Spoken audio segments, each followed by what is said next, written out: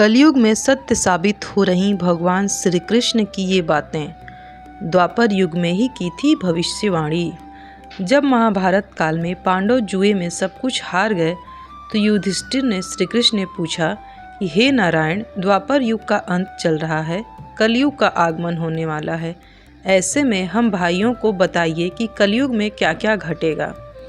हिंदू धर्म में कलयुग को आखिरी युग कहा गया।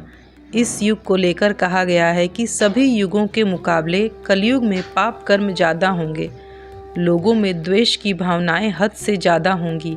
ऐसे ही श्री कृष्ण ने द्वापर युग में ही कलयुग को लेकर भविष्यवाणी कर दी थी। दरअसल जब महाभारत काल में पांडव जुए में सब कुछ हार गए थे तो युधिष्ठिर ने श्री कृष्ण से पूछा कि हे नारायण, द्वापर युग का अंत चल रहा है, कलयुग का आगमन होने वाला है।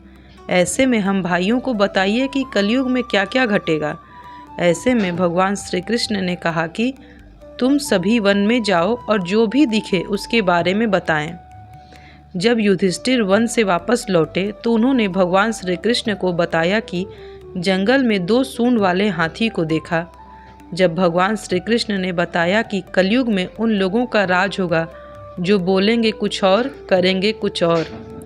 कलयुग में राज करने वाला व्यक्ति लोगों का दोनों तरफ से शोषण करेंगे।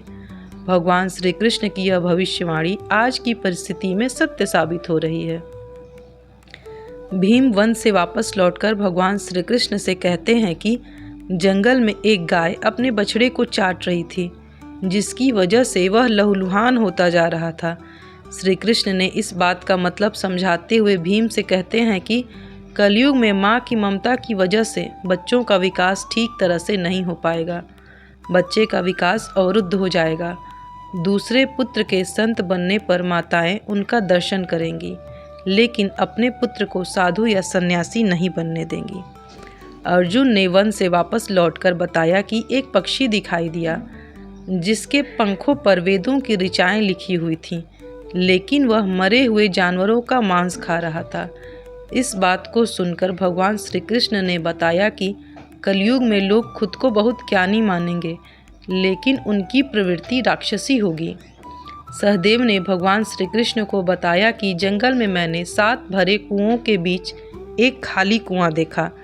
इसका मतलब बताते हुए भगवान ने कहा कि कलयुग में भूखा मरते हुए इंसान को कोई मदद नहीं करेगा।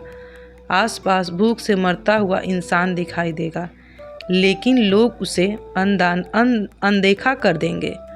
नकुल ने जंगल से वापस लौटकर श्री कृष्ण को बताया कि एक बड़ी सी चट्टान बड़े से बड़े चट्टान और वृक्ष से टकराने के बाद भी नहीं रुक रहा था, लेकिन एक छोटे से पौधे से टकराकर वह रुक गया।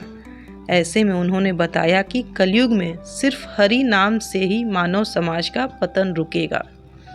जय श्री कृष्ण, जय श्री राधे, जय श्री राधे, जय श्री राधे।